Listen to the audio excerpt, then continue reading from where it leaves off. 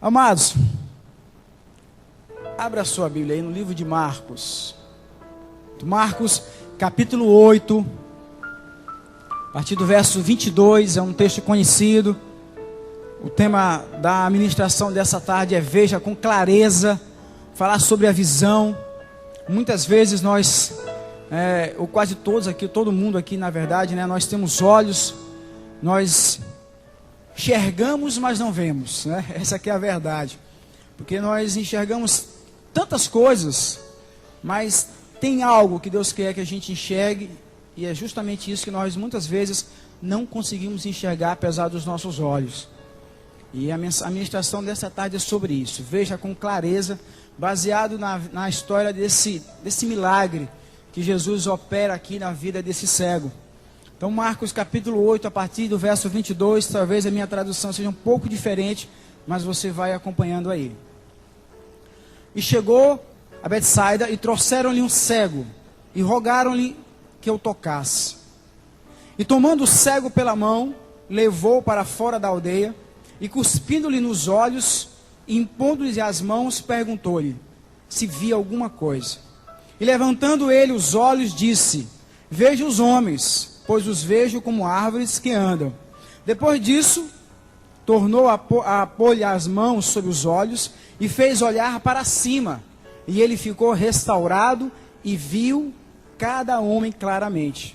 E o mandou para casa, dizendo: nem entreis na aldeia, e nem digas a ninguém na aldeia o que aconteceu aqui. Uma história bem conhecida.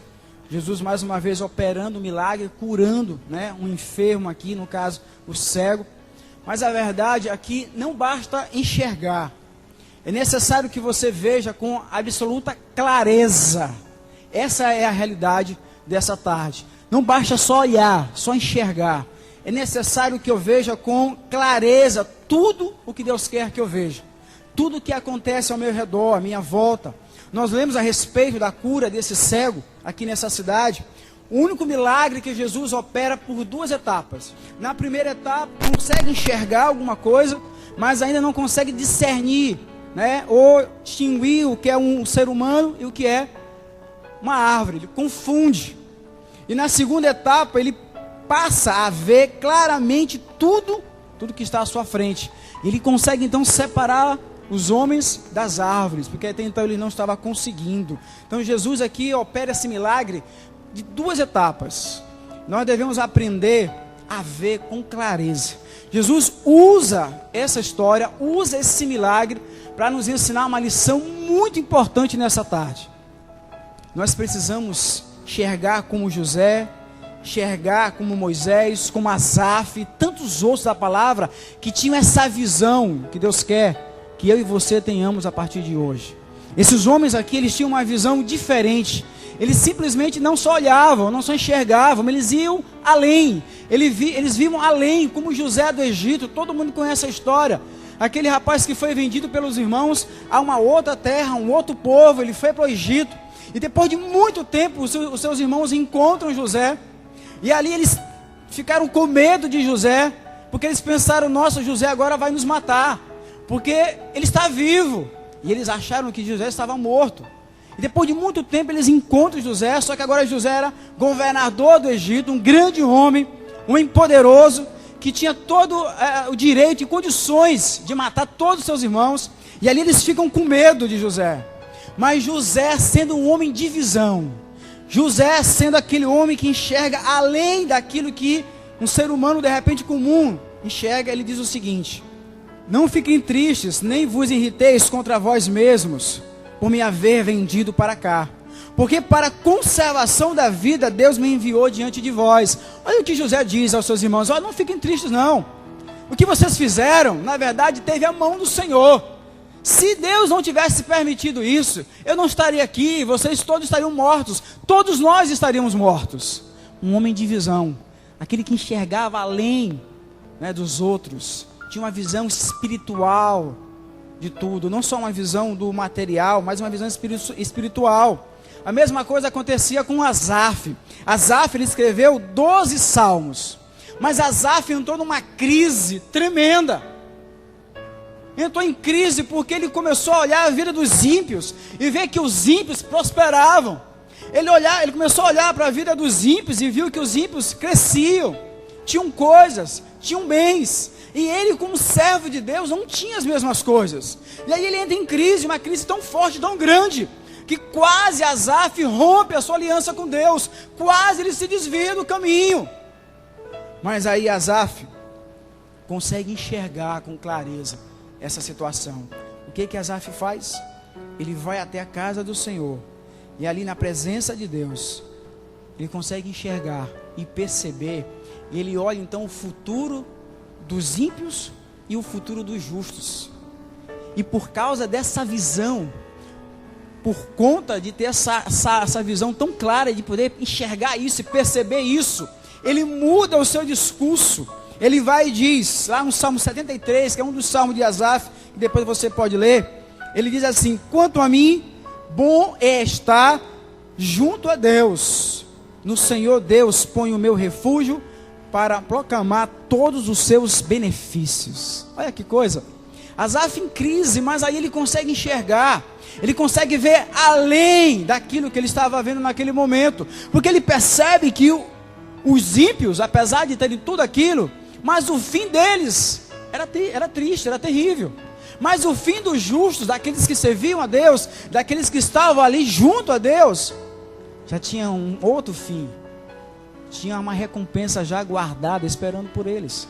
E aí então ele volta, se arrepende e continua a sua caminhada. E a palavra dessa tarde é para que eu e você possamos enxergar com clareza as coisas que estão ao nosso redor.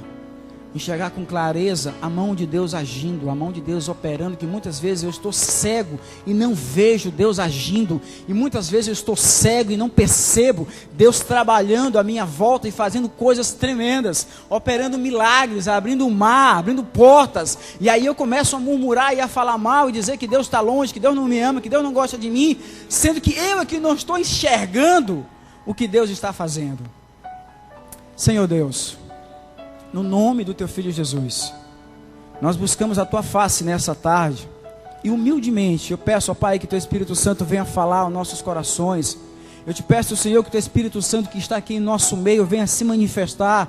Revela a nós a Tua vontade, revela a nós a Tua palavra. Nós queremos ouvir a Tua voz, e é essa voz poderosa, essa voz que muda, que transforma, que cura. Queremos, ó Pai, aprender de Ti, queremos aprender através da Tua palavra, Senhor Deus, essa palavra poderosa, que essa palavra venha agora entrar em nossos corações, e vá até o íntimo, Deus, cada um aqui presente, venha fazer a diferença, e venha causar, ó Deus, a mudança necessária que cada um aqui precisa, ó Pai, e cada um que veio para cá de repente ouvir a Tua voz, vem em busca de alguma coisa, que cada um receba, Senhor, cada um ouça, que cada um aqui seja tocado por essa palavra poderosa, no nome do Teu Filho Jesus, amém?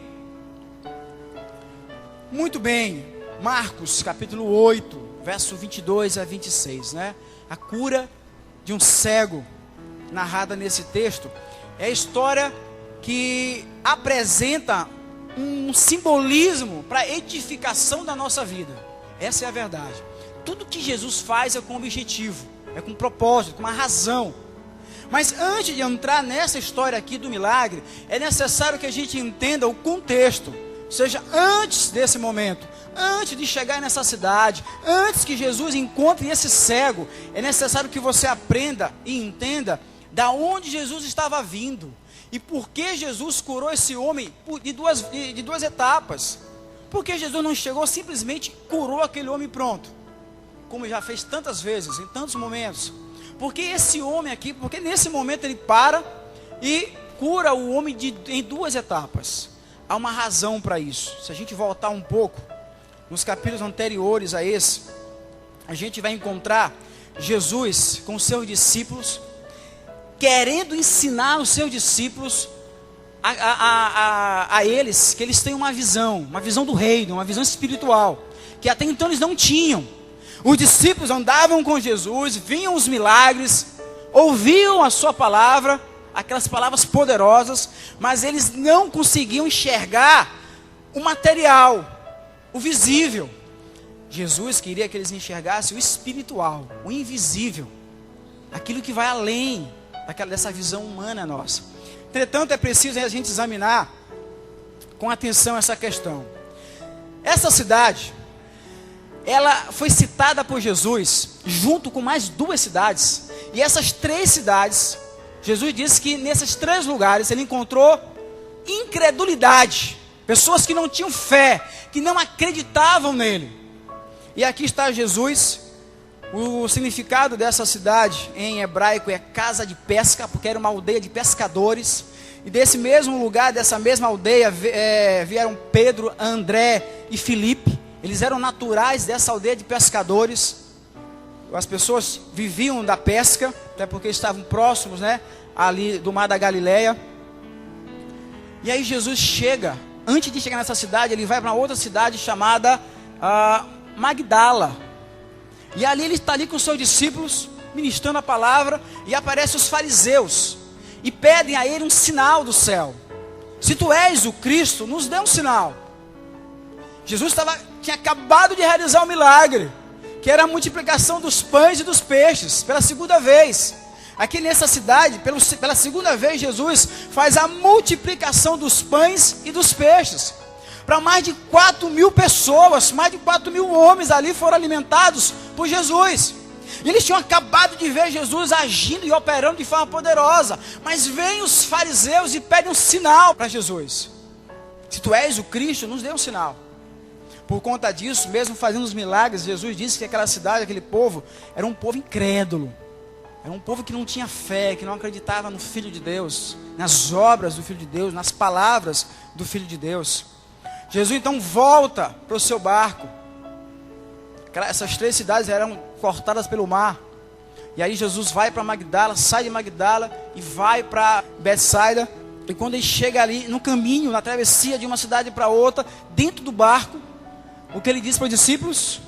Ele diz o seguinte: e ordenou, dizendo aos discípulos: olhai e guardai-vos do fermento dos fariseus e do fermento de Herodes.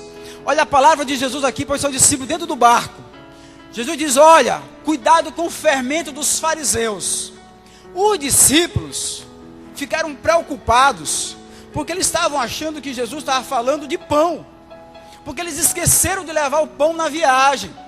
E eles pensaram: nossa, Jesus multiplicou os pães, nós demos os pães para todo mundo e esquecemos de nós.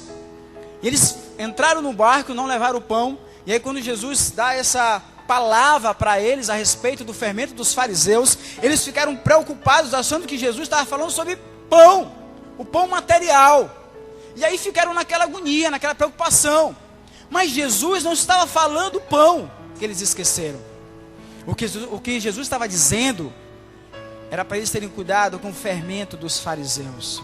Fermento aqui significa, naquela época, corrupção, podridão.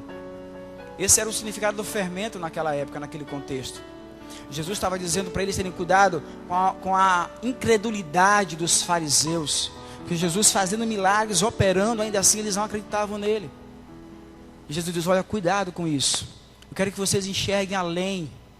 Olhem além dos milagres que eu estou fazendo. Jesus queria que eles enxergassem não o milagre em si, mas o que estava por trás dos milagres, o significado de cada milagre que Jesus fez.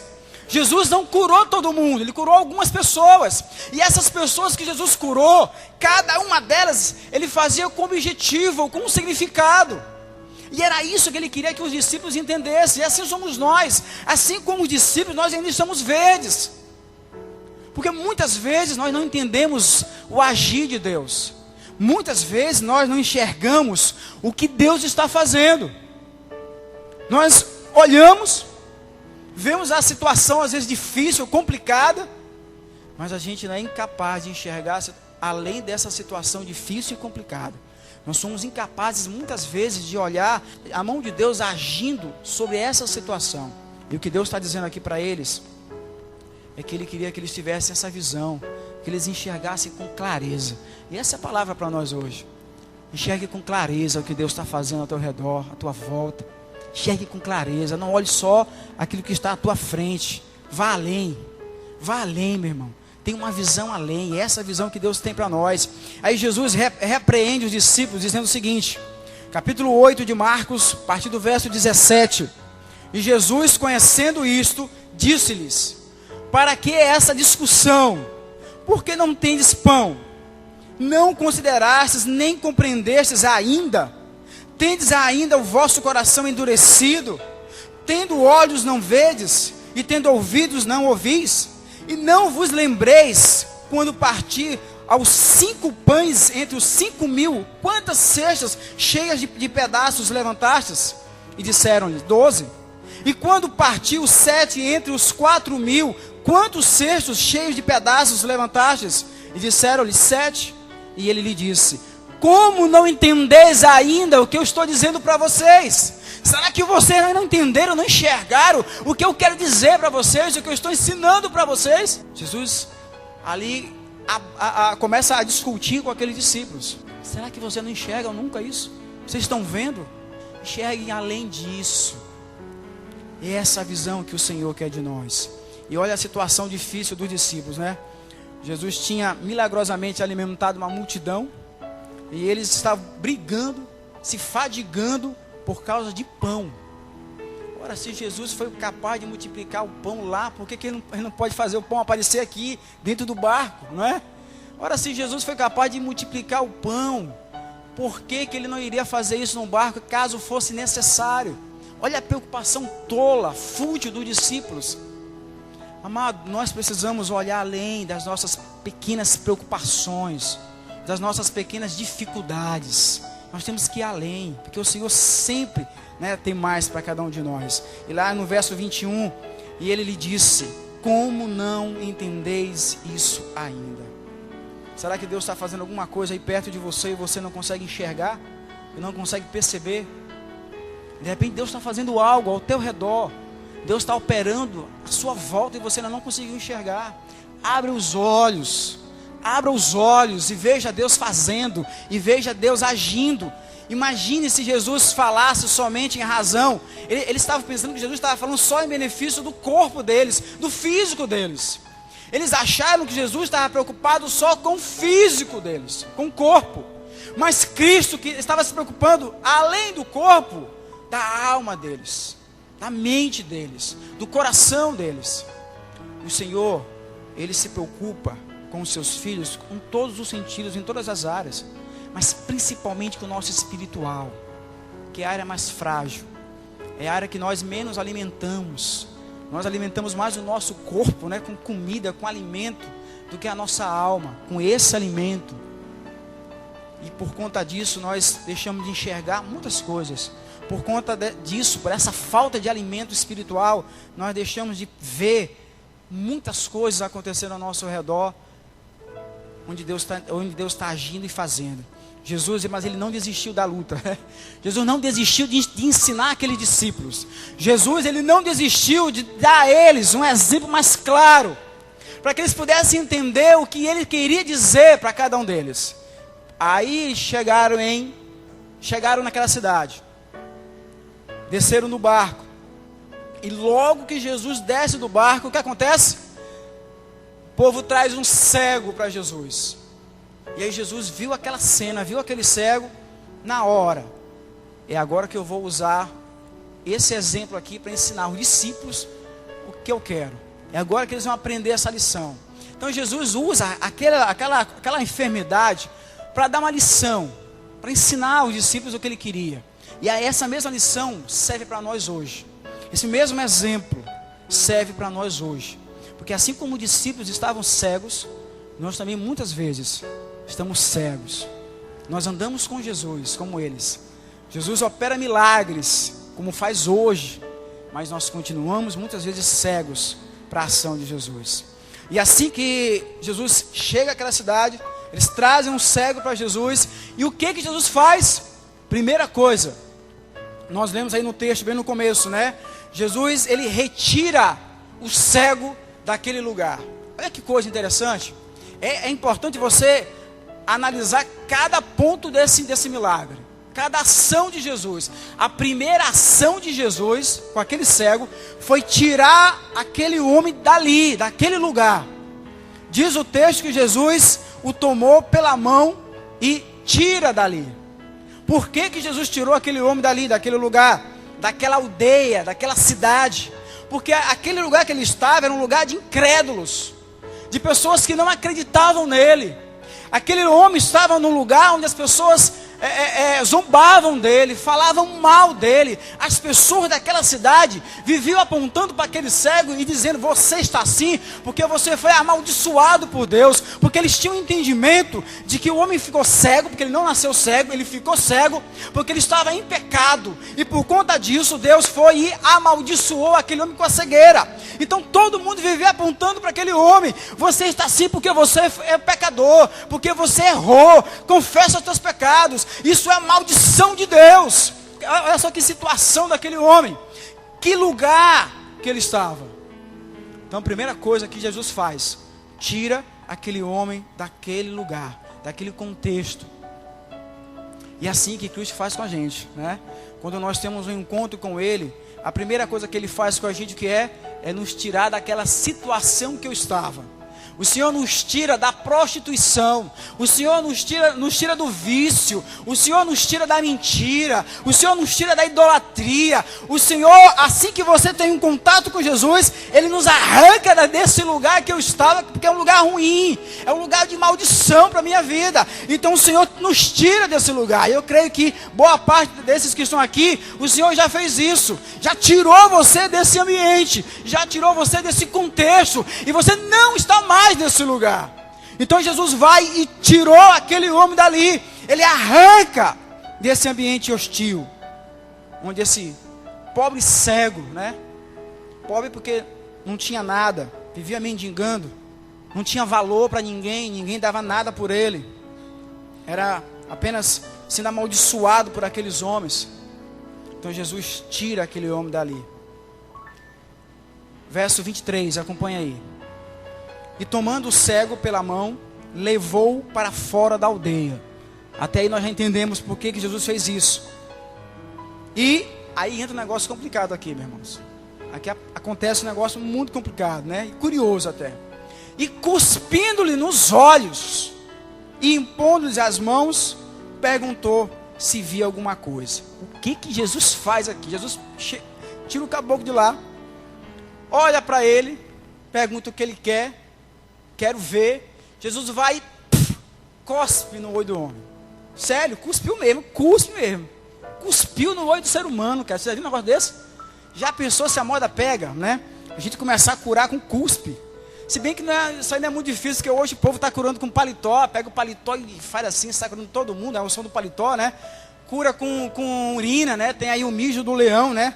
Também o pessoal está usando o xixi, urina do leão, da tribo de Judá, e começa a curar o povo com urina. Então não fique alarmado se você vê algum pastor por aí começar a curar com cuspe, né? Pastor, estou com uma dor aqui no pescoço. Peraí, meu irmão. Costa, caboclo, né? É sério, rapaz. Hoje em dia é um negócio complicado, né? O povo usa todo tipo de coisa para chamar atenção, né? Mas o fato é que Jesus cuspiu no ser humano. Está aqui, né? Jesus cuspiu no cego para curar. Mas para nós pode parecer estranho essa atitude aqui de Jesus, né? Até nojenta, né? Porca. Mas, amados, naquela época era muito comum isso aí, sabia? Era muito comum usar a saliva nas feridas, a saliva, né? No enfermo. Era comum isso. Então, para nós hoje pode parecer algo estranho, até escandaloso, né? Isso aqui. Mas naquela época era muito comum se usar a saliva. E Jesus, Ele nunca usou nada diferente daquilo que as pessoas conheciam. Jesus falava de peixe, de pão, de porta, de luz, de água. Nada diferente. Então Jesus usa algo que era comum às pessoas daquela época, aos enfermos daquela época. Era saliva. Então não é estranho para aqueles homens. Ninguém ficou espantado. Ninguém chamou Jesus de porco ou de imundo. Não. Normal. Faziam isso constantemente. Era uma forma de dizer que o enfermo seria curado. E aí Jesus vai e cospe, né? Pega a saliva ali e cospe naquele homem. Não é a primeira vez que ele faz isso, né? Se você recordar aí, você vai ver lá em Marcos capítulo 7, Jesus também encontra lá um surdo mudo. Ele pega a saliva e passa na língua do mudo. E ele começa a falar. Em outro momento, lá em João capítulo 9, Jesus vai mais longe. Ele pega, cospe na terra, pega a terra, faz uma lama e taca no olho do cidadão. E o cabo tira a lama e começa a enxergar. Então, era comum, né? Não foi a primeira vez que Jesus curou alguém com cuspe, certo? E está aqui Jesus na primeira etapa do milagre, certo? Era cuspir no olho, né, daquele cego. E assim ele faz. E esse segundo milagre que Jesus faz, que ele tinha feito um já no capítulo 7, esse aqui é o segundo, o terceiro vai acontecer depois, lá no Evangelho de João, certo? E ele diz o seguinte, inclusive: Efata, isto é, abra-te. Depois de cuspir, né, depois de passar essa saliva na língua do mudo, ele diz isso: Efata, isto é, abra-te. E a boca do homem, né, começou a abrir, começou a falar e começou a ouvir, porque ele era surdo-mudo. Incrível como Jesus opera e trabalha. Mas ainda vem essa pergunta: por que Jesus fez isso? Por que dessa forma? Por que dessa maneira? Amados, a saliva que Jesus estava usando ali, a saliva sai da onde? Da boca. Sai da nossa boca. Jesus estava simbolicamente dizendo que a palavra dele cura. Que o que ele fala é uma palavra verdadeira, uma palavra que cura, que transforma o homem, que cura não só o físico, mas o espiritual do homem, como hoje acontece. Quantas vezes, quantas pessoas foram curadas espiritualmente através da palavra do Senhor, a palavra que sai da boca do Senhor? Quantos? Todos nós um dia ouvimos essa palavra, a palavra que sai do Senhor, nos tocou, nos curou, e hoje nós estamos aqui, glorificando, exaltando o Senhor. Foi a palavra que saiu da boca, da língua do Senhor. Então a questão da saliva aqui é um simbolismo. Jesus está dizendo que o que sai da boca dele cura, que o que sai da boca dele salva, restaura, tira a cegueira do cego. É isso que ele está dizendo simbolicamente. É isso que ele queria aqui ensinar os discípulos e para nós também. Deixa o Senhor tocar com a sua saliva nos seus olhos, para você enxergar melhor. Deixa o Senhor tocar com a sua saliva na sua boca. Deixa o Senhor tocar com a sua saliva no seu corpo, para curar você, para restaurar a sua vida espiritual, física, mental, emocional. Porque a saliva, a palavra que sai da boca do Senhor, é poderosa. E aí o Senhor vai e pergunta para aquele homem: consegue ver alguma coisa? E ele diz: Senhor, eu vejo, mas está confuso. Eu não consigo discernir o que é árvore e o que é homem ainda. Mas uma coisa aconteceu nessa primeira etapa do milagre. O que foi? A luz entrou nos seus olhos. A luz entrou nos seus olhos. Ele não estava mais na total escuridão. Ele conseguia enxergar alguma coisa, não discernir, mas enxergava alguma coisa. A luz entrou nos seus olhos. Que luz foi essa? A palavra do Senhor, porque a palavra do Senhor é luz. A palavra do Senhor nos tira da escuridão, nos tira das trevas e nos traz para a luz, para outro lugar. E eu passo a enxergar de uma forma que eu nunca tinha enxergado antes. Lá no Salmo 119, 105, diz o quê? Lâmpada para os meus pés é a tua palavra e luz para o meu caminho. A palavra do Senhor é luz. E uma vez que você ouve essa palavra, que você recebe essa palavra, a luz entra em você. E você começa a enxergar, começa a perceber as coisas diferentes. Os discípulos estavam nesse primeiro estágio. A luz estava com eles, que era Jesus. Os discípulos estavam nessa primeira etapa do milagre. Eles tinham a luz. Eles estavam enxergando as coisas, não claramente, mas a luz aí estava neles. E muitos de nós ainda estamos nessa primeira etapa do milagre, só com a luz. Mas nós ainda não conseguimos discernir as coisas. Nós enxergamos, temos a luz, mas nós não conseguimos discernir. Porque nós ficamos na primeira etapa do milagre. Aí Jesus vai para a segunda etapa do milagre. Aqui o homem vendo os homens como árvores. Jesus então pergunta para ele novamente. E ele então dá essa resposta para Jesus. E aí vem Jesus e diz, toca nos olhos dele. E ele diz, e agora? Você consegue ver? Você consegue enxergar? Depois disso, pôs as mãos sobre os olhos, verso 25, tá, do capítulo 8, e fez olhar para cima, e ele ficou restaurado, e viu cada homem claramente. Olha que coisa. Jesus vai agora, toca nos olhos daquele cego e pergunta para ele: e agora? Consegue enxergar? Consegue perceber? Agora sim, Senhor. E ele manda que o homem levante a cabeça para olhar melhor, para enxergar melhor. E então, finalmente, aquele cego, agora não mais cego, ele consegue olhar e discernir quem é árvore e quem é homem, o que é coisa, o que é cadeira, o que é carro. Consegue discernir tudo, pássaro, solo, tudo.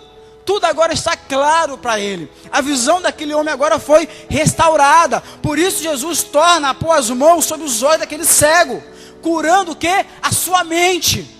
Porque Jesus curou os olhos, mas aqui ainda estava cego. Nós não enxergamos por aqui. O que na verdade nos faz perceber as coisas, enxergar as coisas, é a nossa mente.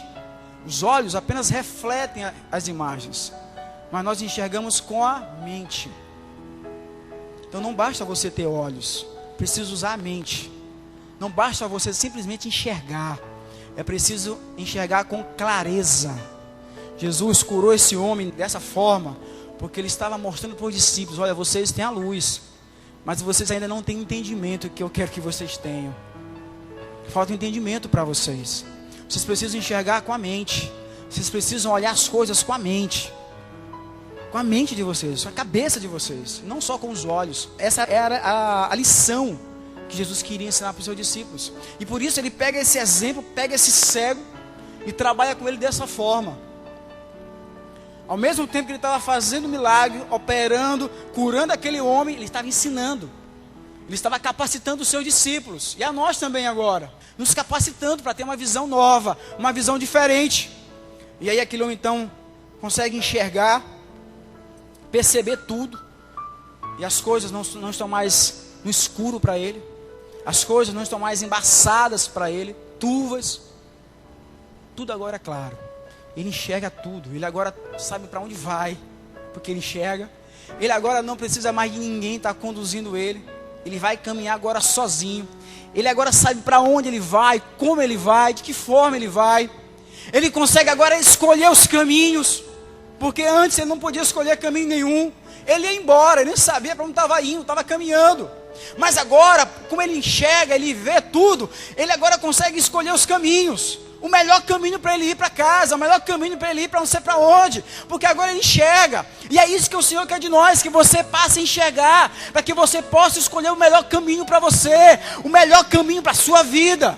É isso que o Senhor quer de nós, tirar a nossa cegueira para que eu possa enxergar com clareza e escolher o melhor para a minha vida. E o melhor para a minha vida é andar com o Senhor, o melhor para a minha vida é andar nos caminhos do Senhor, porque é um caminho de luz. É um caminho de verdade. É um caminho onde eu posso enxergar as coisas sem medo, sem ser apontado, criticado, julgado. É o caminho do Senhor. É um caminho de liberdade, amados. Caminho de liberdade. Olha que coisa. Olha como Jesus faz. Olha como Jesus trabalha. E essa noite o Senhor, de repente, está tocando em nossa vida dessa forma, de duas vezes. Já tocou a primeira porque você está aqui, você é servo de Deus, já aceitou Jesus, tem a luz. Mas de repente hoje o Senhor está curando você agora da segunda etapa, né? Está tirando agora o que faltava. De repente você está caminhando com o Senhor ao longo desses anos, mas sempre com a visão turva, sem enxergar direito. Mas hoje, em nome de Jesus, que você saia daqui agora enxergando com a mente, que você veja tudo com clareza, que você enxergue Deus agindo na sua vida, que você enxergue Deus agindo ao seu redor, que você enxergue a mão de Deus agindo sobre você, para trabalhar com você, para usar você. Amém? Creia nisso. Deixa Deus tocar em você pela segunda vez. A primeira foi bom demais, mas é necessário a segunda vez, é necessário o segundo toque. É necessário o segundo toque. Deixa o Senhor tocar em você pela segunda vez, para que você possa enxergar com clareza, perceber com clareza. Amados, nós somos crentes, servos do Altíssimo, somos discípulos do Mestre Jesus, temos a luz, a visão, mas infelizmente muitos de nós ainda precisam enxergar o espiritual, porque nós ainda só conseguimos enxergar o material, o físico. Precisamos mudar isso. Temos que mudar isso em nós. Temos os olhos, mas não enxergamos. Deus está fazendo ao nosso redor, agindo ao nosso redor, se movendo ao nosso redor, se manifestando ao nosso redor, curando ao nosso redor, e nós não conseguimos perceber isso. Mas além de tudo isso, nós temos que fazer mais 3 coisas, que para mim são as mais importantes.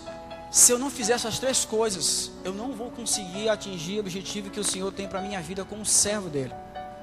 Não vou. E você que veio para cá essa noite, que ainda não tomou uma decisão ao lado do Senhor Jesus, esses 3 passos são importantíssimos para você. Você precisa fazer isso para ter uma visão nova, uma visão diferente. Primeira coisa, para ver com clareza, é preciso levantar a cabeça. Como é que eu vou enxergar alguma coisa se a minha cabeça está abaixada? Eu não enxergo. Mesmo que você tenha olhos, mesmo que você não seja cego, mas sua cabeça baixa, você não enxerga coisa alguma. Então a primeira coisa para eu ver com clareza, é preciso levantar a cabeça. Jesus, quando foi até aquele homem, disse: levanta a cabeça, olha para cima, abençoado. Jesus estava dizendo para aquele homem, ele olhar para cima. E o Senhor está dizendo para nós nessa tarde: levante a cabeça, pare de olhar para o chão. Pare de olhar para o chão, levante a cabeça, olhe para o céu, olhe para cima, veja o invisível, o imensurável, o eterno, enxergue Deus, aleluia! Enxergue Deus, meu irmão. Não olhe para baixo, olhe para cima, olhe para Deus. Não olhe para essa maquinazinha que nós chamamos de relógio, que marca o tempo. Olhe para o relógio de Deus que não tem tempo, aleluia! Pare de olhar para essas coisas. Não olhe para suas limitações e fraquezas. Levante a cabeça e olhe firmemente para a vitória de Jesus, autor e consumador da fé, por meio de quem todas as coisas são possíveis. Aleluia! Levante a sua cabeça em nome de Jesus nessa tarde. Não olhe para trás, levante a cabeça e olhe para frente, para o futuro. Olhe para o futuro. Não olhe para trás. Levante a cabeça e não olhe para as ofertas incríveis, mas malignas do pecado, cujos prazeres são transitórios. Levante a cabeça e contemple o galardão real, em nada semelhante às coisas desse mundo. Primeira coisa que você tem que fazer é levantar a cabeça, porque quando eu levanto a cabeça eu já consigo enxergar um monte de coisa, não é? Já dá para ver um monte de coisa. Mas ainda não é suficiente. Só levantar a cabeça é pouco. Além de levantar a cabeça, eu preciso fazer o quê? Me levantar. Se você quer enxergar ainda mais, se você quer ter uma visão ainda maior, você precisa, além de levantar a cabeça, você precisa se levantar. Então eu quero convidar você nessa tarde a se levantar. Se levante da onde você está, porque o fato de estar sentado significa comodismo. Significa que você não vai para lugar nenhum. Se você ler o livro de Lucas, o Evangelho de Lucas, atentamente você vai encontrar um monte de gente se levantando. É incrível como Lucas, ele retrata, ele escreve, ele registra essa atitude de se levantar. Você vai encontrar no Evangelho de Lucas um monte de gente se levantando. Pessoas que antes estavam sentadas, prostradas, deitadas e mortas inclusive. Mas todas se levantam. Alguns nunca se firmaram sobre os pés. Eles eram paralíticos, mas se levantaram quando encontraram Jesus. Outros se encontravam na cama, jogados no chão, como a sogra de Pedro e o jovem possesso. Estava lá na cama, deitada. Mas quando tem um encontro com Jesus, acontece o quê? Se levantam.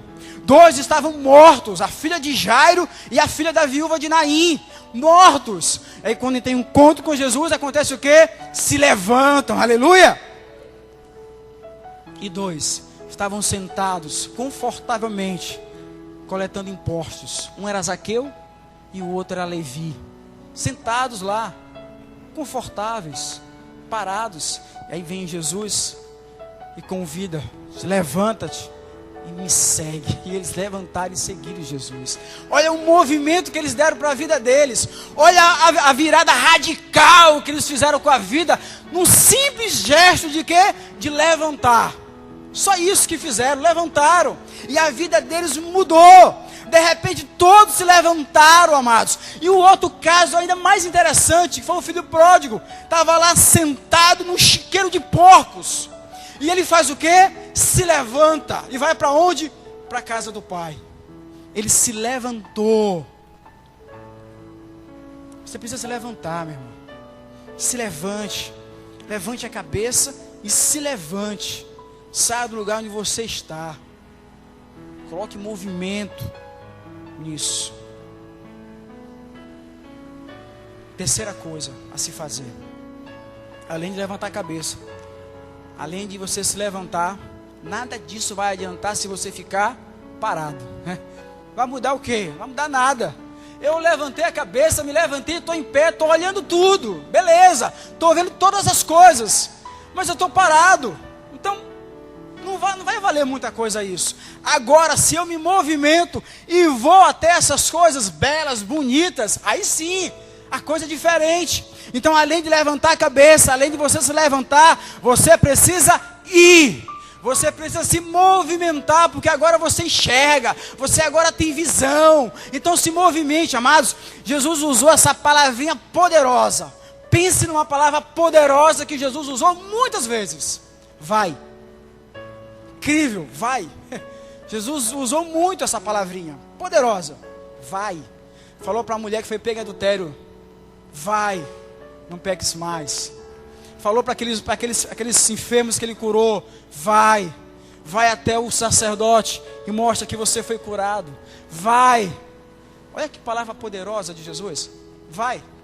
Porque Jesus sabia que não ia adiantar nada essas pessoas levantarem a cabeça, ficarem em pé, se eles não se movimentarem. É preciso se movimentar, é preciso andar, é preciso ir. Porque se você não andar, se você não caminhar, você não vai alcançar o teu objetivo. O objetivo que Deus tem para você, tem para a sua vida. Por isso a necessidade de se movimentar. Saia, meu irmão, se levante, ande e vá para onde Deus quer que você vá. Vá para onde Deus está mandando você ir. Vá fazer o que Deus está mandando. Aleluia! Vá. Não fique parado. Vá fazer o que Deus quer. Vai fazer o que você deve fazer. Vá fazer o que você nasceu para fazer. Nasceu para pregar, pregue. Nasceu para orar, ore. Nasceu para cantar, cante. Vá fazer o que Deus mandou você fazer. Mas vá. Vai fazer alguma coisa, pelo menos, né? Mas vai. Não podemos ficar parados. Uma vez que a luz entrou em mim, uma vez que eu tive contato, experiências com Jesus, o que eu vou ficar parado? Na verdade, nem que você quisesse, você não vai conseguir. Porque o Espírito Santo não deixa, né? Incomoda a gente. Aqueles que realmente fizeram uma decisão séria ao lado de Jesus, o Espírito Santo incomoda e você está sentado aí, mas tem algo te incomodando. Não, eu vou mudar a minha vida, não, eu preciso fazer isso, eu preciso fazer alguma coisa. Porque dentro de nós existe, mora na verdade, né? O Espírito Santo de Deus. E o Espírito Santo de Deus, ele não fica parado, ele se movimenta o tempo todo. O tempo todo o Espírito Santo de Deus quer fazer alguma coisa, quer realizar alguma coisa através de você, através da tua vida. Então imagina aí você querer segurar o Espírito Santo de Deus. Não dá. Porque ele fica sacudindo dentro da gente, impulsionando, vai. Quantas vezes você esteve perto de alguém e aquela voz: pregue o Evangelho, fala de Jesus? Quantas vezes? Quantas vezes? É o Espírito Santo empurrando você, vai. Quantas vezes? Porque não dá para segurar, meu irmão, não dá. Você pode até querer segurar, mas você não vai conseguir segurar o Espírito Santo, porque ele quer usar você, ele quer tocar em você, quer fazer através de você. Veja com clareza. O convite nessa tarde para todos nós, para que possamos enxergar com clareza as coisas. Não veja só o físico, não veja só o material, veja o espiritual. Agora, eu não estou dizendo que você vai ficar fanático e louco, que tudo é espiritual. Não estou dizendo isso. A gente tem que ter esse cuidado, esse discernimento também. Mas abra a visão para o mundo espiritual, para o reino espiritual. Abra a visão para as coisas de Deus. Abra a visão para o mover, para a ação de Deus. E o último versículo, verso 26. Todos esses versículos, todos esses passos que Jesus fez com esse homem foram incríveis. Todos são lições para nós. E o último não é diferente. Versículo 26 do capítulo 8 de Marcos. Olha só o que Jesus diz para esse homem. Depois de tudo isso. E mandou e mandou-o para casa, dizendo: não entreis no povoado. Por que Jesus disse isso para ele, né? Vai para tua casa, não volta para essa aldeia. Mas o cego, ele não morava na aldeia. A casa dele era fora da aldeia, era em outro lugar. Então quando Jesus cura aquele homem, diz para ele: olha, está curado, está enxergando tudo, está perfeito, mas não volta mais para esse lugar, vai para tua casa, não volta mais lá. Por que que Jesus deu esse conselho para ele? Essa ordem, né, para esse abençoado. Amados, a aldeia simboliza o mundo e tudo que não presta, todo tipo de pecado. A aldeia aqui simboliza isso. E Jesus está dizendo para aquele homem: esse lugar não te pertence mais. Você não pertence mais a esse lugar. O teu lugar agora é outro. O teu lugar é na tua casa. O nosso lugar, amados, não é mais no mundo. O nosso lugar agora, onde é? Na casa do Pai, na presença de Deus. Por isso, quando nós aceitamos Jesus, Jesus diz: olha, você não volte mais para o mundo, porque o seu lugar não é mais no mundo. Eu posso até estar no mundo, mas eu não sou do mundo. João capítulo 17, é a oração de Jesus. Ele mesmo diz: olha, eu não sou do mundo. Vocês também não são do mundo.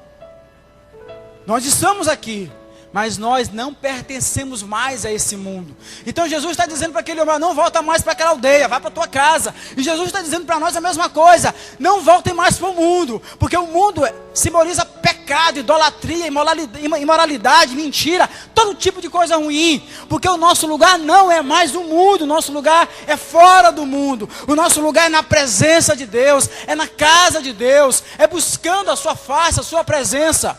E o Senhor diz isso para você nessa tarde: não volte mais para o mundo, não volte mais para aquele lugar, não volte mais para aquela vida que você tinha, porque essa vida não te pertence mais. A tua vida agora é outra. A tua vida agora é um caminho de luz, onde você enxerga tudo.